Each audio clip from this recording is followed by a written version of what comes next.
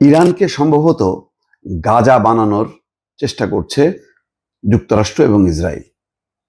এর কারণ হচ্ছে হঠাৎ করেই তেহরানে হামলার পরিমাণ বাড়িয়েছে যুক্তরাষ্ট্র এবং ইসরায়েল, এবং আমেরিকার প্রেসিডেন্ট বলেছেন যে সকল লক্ষ্য পূরণ না হওয়া পর্যন্ত এই অভিযান চলবে, অন্তত 4 সপ্তাহ চলবে বলে তিনি ঘোষণা দিচ্ছেন। 1 মাস যেভাবে হামলা চালাচ্ছে তাতে তেহরানের অবস্থা কি হবে ভাবছি।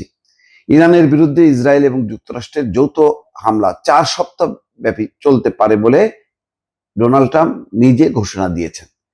এদিকে ইরান ইন্টারন্যাশনাল লাইভ প্রতিবেদনে বলা হয়েছে সোমবার ভোরে তেহরানে ভয়াবহ 3:30-4টার দিকে ভয়াবহ বিস্ফোরণ হয়েছে। দেশটির স্থানীয় সময় রাত 3:30টায় পশ্চিম তেহরানের শহীদ বাঘেরি আবাসিক কমপ্লেক্সে বেশ কয়েকটি বিশাল বিস্ফোরণ হয়েছে। এছাড়া দেশটির প্রায় সকল গুরুত্বপূর্ণ স্থাপনায় হামলা চালাচ্ছে ইসরায়েল এবং মার্কিন বাহিনী।